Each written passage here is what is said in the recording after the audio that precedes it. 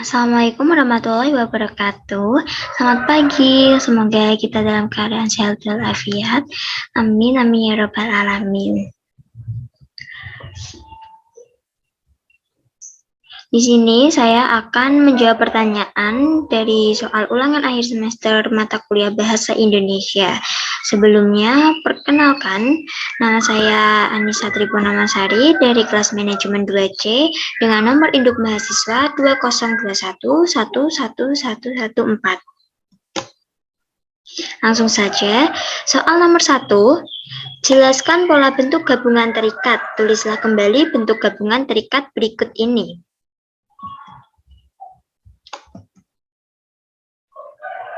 Dalam Kamus Besar Bahasa Indonesia atau KBBI, kata bentuk gabungan terikat adalah bentuk bahasa yang harus digabung dengan unsur lain agar dapat dipakai dan memiliki makna yang jelas. Bentuk gabungan terikat memiliki 3 unsur penting, yakni 1. Gabungan kata dapat membentuk kata adalah gabungan antara kata bentuk terikat dengan kata dasar. Contohnya ekstra dan kurikuler menjadi ekstrakurikuler, atau pra dan sejarah menjadi prasejarah. 2. Gabungan kata yang membentuk kata majemuk adalah gabungan antara kata dasar dengan kata dasar yang membentuk makna baru. Contohnya rumah sakit, meja makan, tumpang tindih. 3. Gabungan kata yang membentuk frasa adalah gabungan 2 atau lebih kata yang sifatnya tidak predikatif. Contohnya rambut panjang, gunung tinggi, rumah besar. Ini adalah jawaban yang benar atau jawaban yang sudah direvisi dari soal pertanyaan nomor 1. Adi dan kuasa menjadi adi kuasa. Catur dan tunggal menjadi catur tunggal. Dwi dan warna menjadi dwi warna. Ekstra dan kulikuler menjadi ekstra kulikuler. Kontra dan revolusi menjadi kontra revolusi. Purna dan wirawan menjadi purna wirawan. Sabta dan krida menjadi sabta krida. Yang terakhir, sub dan bagian menjadi sub bagian. Selanjutnya, soal nomor 2. Jelaskan perbedaan bentuk penalaran deduktif dan bentuk penalaran induktif. Berikut contoh penerapannya.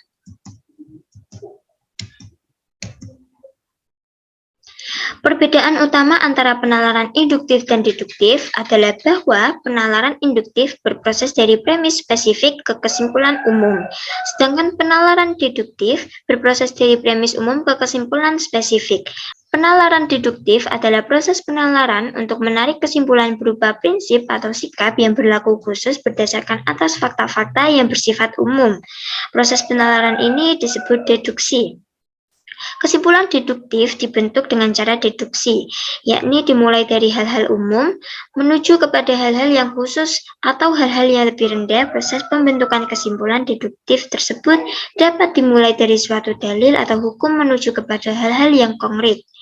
Contoh pertama, premis 1, Hamdan suka mengkonsumsi makanan bergizi. Premis 2, orang yang suka mengkonsumsi makanan bergizi, tubuhnya sehat. Kesimpulan dari keduanya, Hamdan mempunyai tubuh yang sehat. Contoh 2, premis 1, setiap hewan adalah makhluk hidup. Premis 2, jerapah adalah hewan.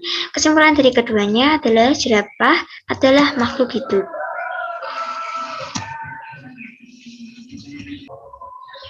Penalaran induktif dapat berbentuk generalisasi, analogi, atau hubungan sebab akibat.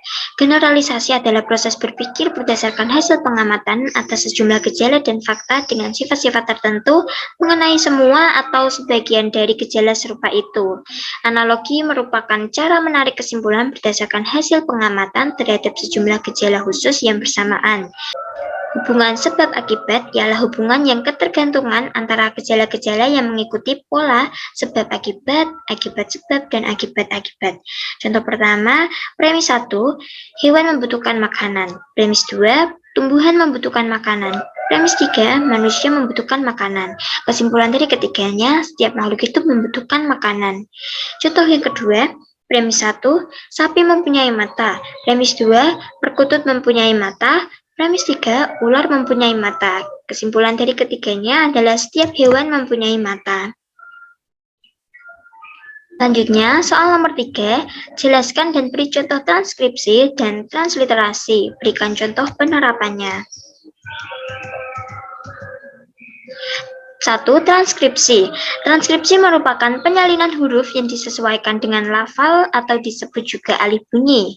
Misalnya, transkripsi sastra lisan, seperti cerita rakyat yang semula berupa sastra lisan ditranskripsi untuk melestarikan nilai-nilai kearifan lokal yang selama ini hanya diketahui oleh para orang tua. Generasi muda sebagai pewaris budaya dapat mempelajari nilai-nilai kearifan lokal tersebut dengan membaca hasil transkripsi cerita-cerita rakyat tersebut. 2. Transliterasi. Transliterasi menurut Kamus Besar Bahasa Indonesia adalah penyalinan dengan penggantian huruf dari abjad yang satu ke abjad yang lain, atau transliterasi merupakan penyalinan dengan mengganti suatu huruf ke huruf lain atau dapat disebut alih aksara. Misalnya, transliterasi huruf Arab atau ba dilambangkan dengan huruf Latin B dibaca B, atau ta dilambangkan dengan huruf Latin T dibaca T, atau ro dilambangkan dengan huruf Latin R dibaca R. Contoh transkripsi, kami menghadiri acara pesta ulang tahun, dalam kurung kami menghadiri acara pesta ulang tahun. Ibu menyiapkan makan malam untuk keluarganya. Ibu menyiapkan makan malam untuk keluarganya. Jadi yang di dalam kurung ini adalah huruf pengganti seperti yang tadi sudah dijelaskan. Contoh transliterasi. Al-Jami'ah ditulis dengan huruf Arab. Al-Syiah ditulis dengan huruf Arab. Kata dalam rangkaian frase dan kalimat tetap konsisten dengan rumusan di atas.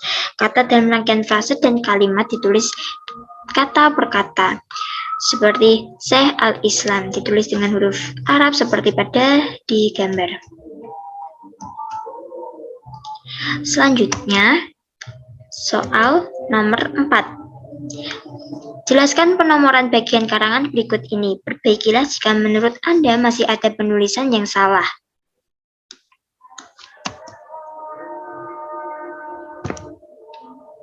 Jadi 1 sampai 7 ini adalah soal yang penulisannya masih salah.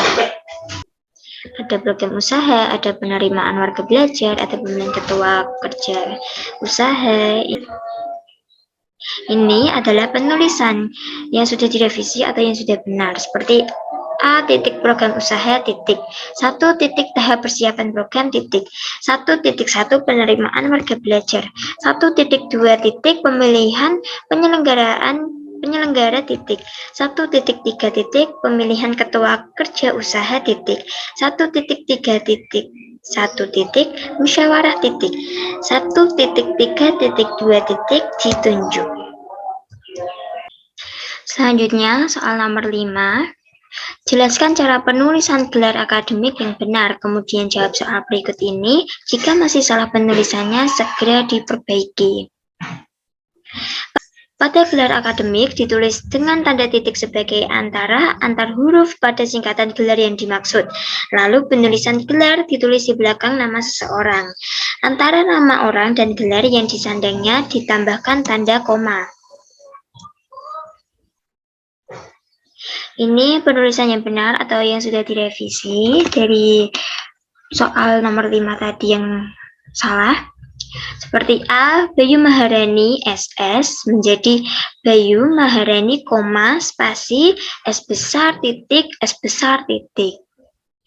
B, RM Pratama MM menjadi R besar titik M besar titik spasi Pratama, spasi M besar titik M besar titik, dan selanjutnya dan seterusnya seperti yang ada pada gambar.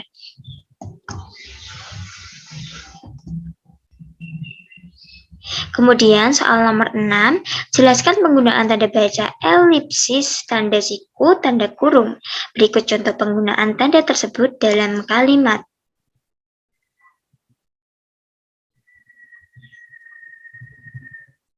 Penggunaan tanda baca elipsis antara lain, tanda baca elipsis dipakai untuk menunjukkan bahwa dalam suatu kalimat atau kutipan ada bagian yang dihilangkan.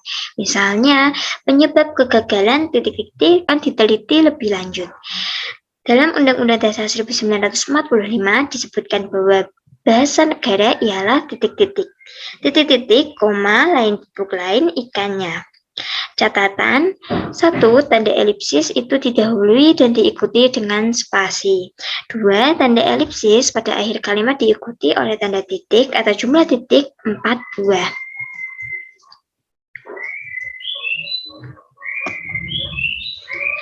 Tanda elipsis dipakai untuk menulis ujaran yang tidak sesuai dalam dialog. Misalnya, menurut saya, titik-titik, seperti titik-titik, bagaimana Bu? Jadi, koma, simpulnya titik-titik, oh, sudah saatnya istirahat. Terdapat catatan, yang pertama, tanda elipsis itu didahului dan diikuti dengan spasi. 2. Tanda elipsis pada akhir kalimat diikuti oleh tanda titik atau jumlah titik 4 buah. Kemudian, penggunaan tanda baca kurung antara lain. Tanda kurung dipakai untuk mengapit tambahan keterangan atau penjelasan. Misalnya, Sila baru saja memperpanjang surat izin mengemudi atau SIM. Dia sudah lama tinggal di sini, namun belum memiliki KTP atau kartu tanda penduduk. Kemudian, tanda kurung dipakai untuk mengapit huruf atau kata yang keberadaannya di dalam teks dapat dimunculkan atau dihilangkan. Misalnya, 1. Dia berangkat ke kantor selalu menaiki bus Transjakarta. Jadi, bus ini yang dimaksud dia yang dinaiki ya. Kemudian, contoh nomor 2, artis terkenal itu berasal dari kota Semarang. Selanjutnya, penggunaan tanda baca kurung siku. Antara lain, tanda kurung siku dipakai untuk mengambil huruf, kata, atau kelompok kata sebagai koreksi atau tambahan atas kesalahan atau kekurangan di dalam naskah asli yang ditulis orang lain. Misalnya, para nelayan mendengar di dalam kurung bunyi gemercik. Contoh yang kedua, penggunaan bahasa dalam tugas akhir tentu harus sesuai dengan dalam kurung kaidah bahasa Indonesia. Kemudian, tanda kurung siku dipakai untuk mengapit keterangan dalam kalimat penjelas yang terdapat dalam tanda kurung. Misalnya, contoh 1, persamaan kedua metode tersebut atau perbedaannya dibicarakan di dalam bab 2. Lihat halaman 30-32 perlu dipaparkan sekarang. Kemudian soal nomor 7, jelaskan 3 cara penalaran induktif meliputi generalisasi, analogi, dan hubungan sebab akibat atau kasus. Silakan jelaskan satu persatu disertai contoh. Generalisasi adalah proses penalaran yang bertolak dari fenomena khusus menuju kesimpulan umum.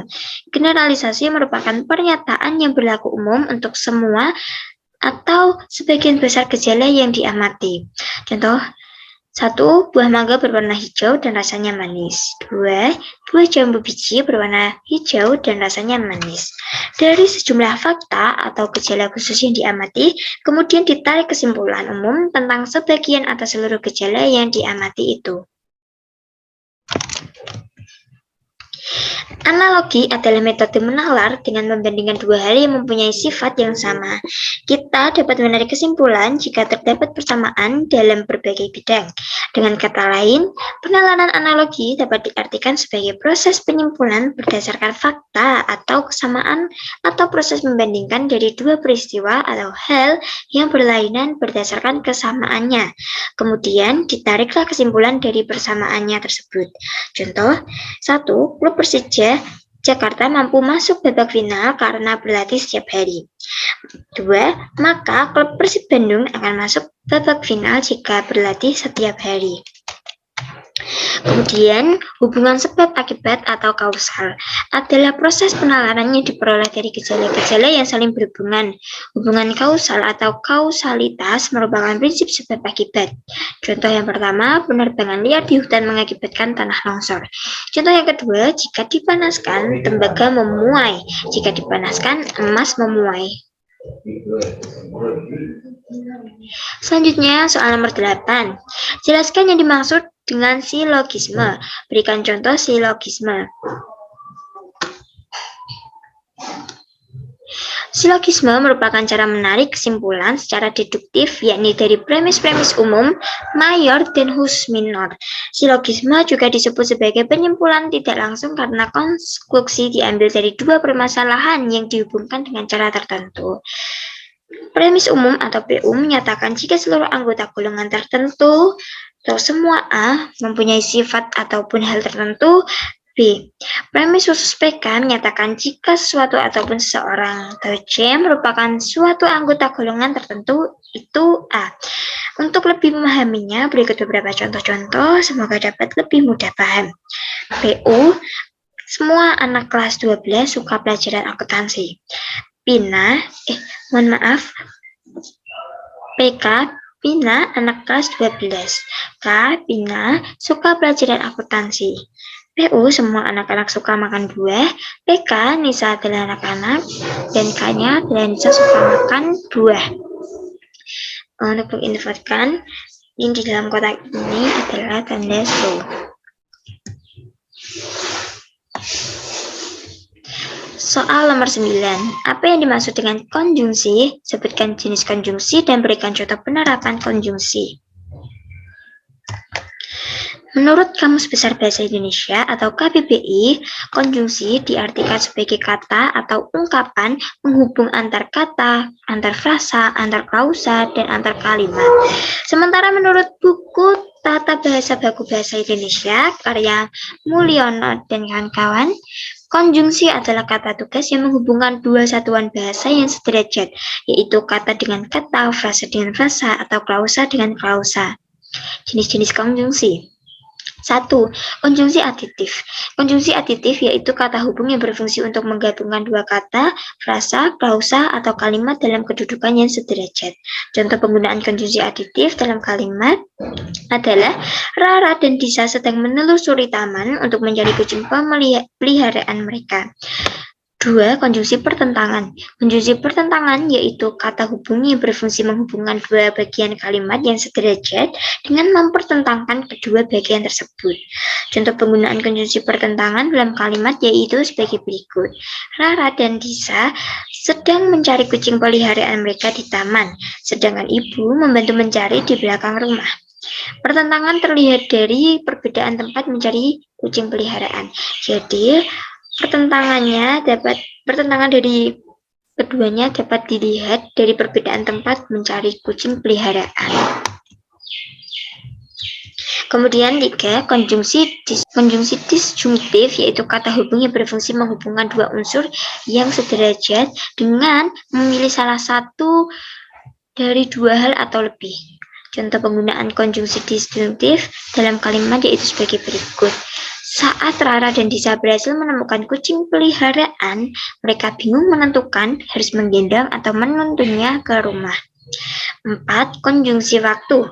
Konjungsi waktu berfungsi menjelaskan hubungan waktu antara dua hal atau peristiwa, baik yang sederajat atau tidak sederajat.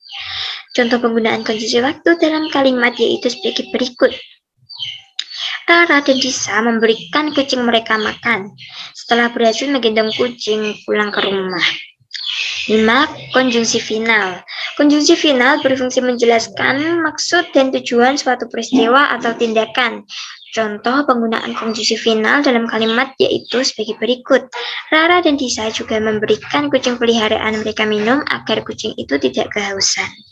6. Konjungsi kausal. Konjungsi kausal fungsinya menjelaskan penyebab suatu peristiwa atau kejadian tertentu. Contoh penggunaan konjungsi kausal dan kalimat yaitu sebagai berikut. Ternyata kucing peliharaan Rara dan Disa hilang selama beberapa jam, kemudian mengikuti kupu-kupu terbang. Selanjutnya, nomor 7, konjungsi konsekutif. Konjungsi ini berfungsi menjelaskan akibat suatu peristiwa atau kejadian tertentu. Contoh penggunaan konjungsi konsekutif dalam kalimat yaitu sebagai berikut. Kupu-kupu tersebut terbang ke taman bermain sehingga kucing mengikutinya ke sana. 8. Konjungsi kondisional. Fungsi konjungsi kondisional adalah menjelaskan syarat-syarat pada suatu hal yang bisa terjadi. Contoh penggunaan konjungsi kondisional dalam kalimat yaitu sebagai berikut. Kucing peliharaan Rara dan Disa tidak akan tersesat jika tidak mengikuti kupu-kupu. 9. Konjungsi tak bersyarat. Fungsi konjungsi tak bersyarat menjelaskan bahwa suatu hal bisa terjadi tanpa perlu ada syarat-syarat yang dipenuhi. Contoh penggunaan konjungsi tak bersyarat dalam kalimat yaitu sebagai berikut. Namun, kucing peliharaan Rara dan Disa mungkin bisa tersesat di taman meskipun tidak ada kupu-kupu terbang. Nomor 10, konjungsi perbandingan. Konjungsi perbandingan fungsinya membandingkan dua hal tertentu. Contoh, penggunaan konjungsi perbandingan dalam kalimat yaitu sebagai berikut. Kucing peliharaan Rara dan Disa memang seperti anak kecil. Ia suka mengikuti semua hal yang menarik. Kemudian selanjutnya soal terakhir yaitu soal nomor 10. Wacana terbagi menjadi 5, yakni wacana narasi, deskripsi, eksposisi, argumentasi, persuasi. Jelaskan ciri dan perbedaan tiap wacana tersebut, serta berikan contohnya. Ciri-ciri wacana eksposisi: memakai bahasa baku, menyampaikan teks tugas, berisi informasi tentang pengetahuan, tulisan tidak memihak atau tidak memaksakan kemauan penulis ke dalam kalimat, bersifat objektif dan netral, berisi data yang akurat sebagai fakta pendukung. Wacana argumentasi. Paragraf argumentasi tersebut bukan hanya omong kosong saja, dan pembaca merasa yakin hingga pada akhirnya sependapat dengan sang penulis. Ciri-ciri wacana argumentasi yaitu ada pertanyaan, ide, atau pendapat yang dikemukakan penulisnya. Kemudian ciri-ciri berikutnya ada alasan, data, atau fakta yang mendukung. Dan pembenaran berdasarkan data dan fakta yang disampaikan. Kemudian wacana persuasi. Teks persuasi adalah paragraf dengan kalimat yang mengunggah pembaca untuk melakukan sesuatu. Teks persuasi adalah paragraf dengan kalimat yang menggugah pembaca untuk melakukan sesuatu. Ciri-ciri wacana persuasi yaitu harus ada fakta dan data secukupnya, bertolak pada pendirian bahwa pikiran manusia dapat berubah, harus menimbulkan kepercayaan pembaca atau pendengarnya. Contoh wacana narasi, Rendra memiliki nama asli Willibrordus Surendra Broto. Pada 12 Agustus 1970, dia memutuskan untuk masuk Islam dan mulai saat itu jugalah dia menggunakan nama Rendra.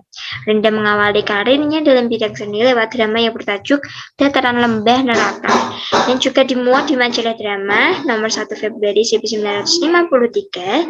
Saat masa awal karirnya sebagai sastrawan pada tahun 1954 sampai 1962, sekitar 30-an cerpennya telah dimuat dalam surat kabar dan majalah kisah Minggu Pagi. Majalah kisah, Minggu Pagi, drama, sastra, dan masih banyak lagi. Sejak saat itulah karir Rendra sebagai penyair mulai menonjol. Contoh karangan deskripsi tentang kucing Blackie. Contoh yang kedua, aku memiliki kucing bernama Blackie. Dia berwarna hitam pekat dengan mata yang sangat aku. Contoh karangan deskripsi yang kedua yaitu contoh karangan deskripsi tentang kucing Blackie.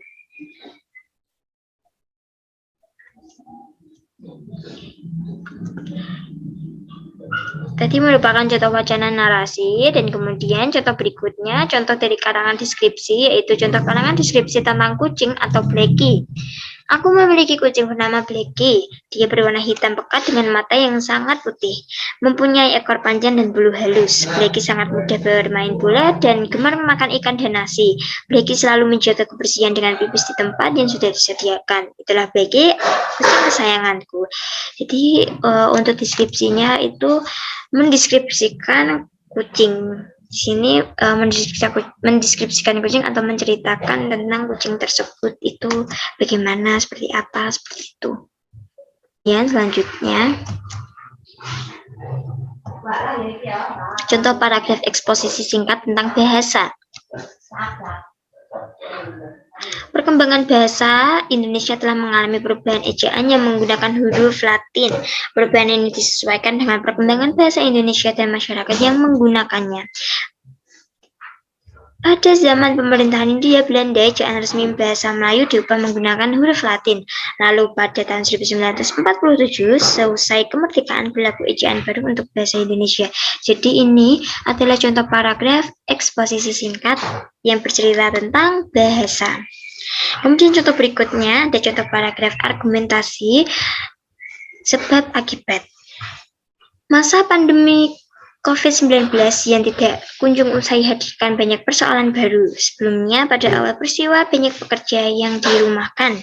Selain itu, banyak bisnis dan UMKM yang gulung tikar. Belum lagi angka kemiskinan yang kian tinggi.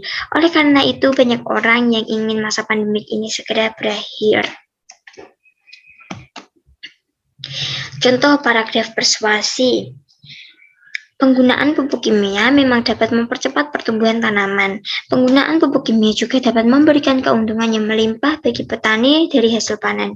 Tapi, dampak negatif yang ditimbulkan oleh pupuk kimia sangat berbahaya karena dapat menimbulkan pengaruh negatif terhadap lingkungan. Selain itu, penggunaan pupuk kimia dapat membuat buah yang dihasilkan terkontaminasi dengan pupuk kimia ini Selain itu, penggunaan pupuk kimia dapat membuat buah yang dihasilkan terkontaminasi dengan pupuk kimia ini, sehingga kualitasnya berkurang. Oleh sebab itu, beralihlah ke pupuk kompos yang murah dan terjangkau juga aman bagi hasil panen. Itulah tadi jawaban dari soal ulang akhir semester mata kuliah Bahasa Indonesia dari saya. Terima kasih. Bila ada kata-kata yang salah, mohon maaf. Terima kasih banyak. Wassalamualaikum warahmatullahi wabarakatuh.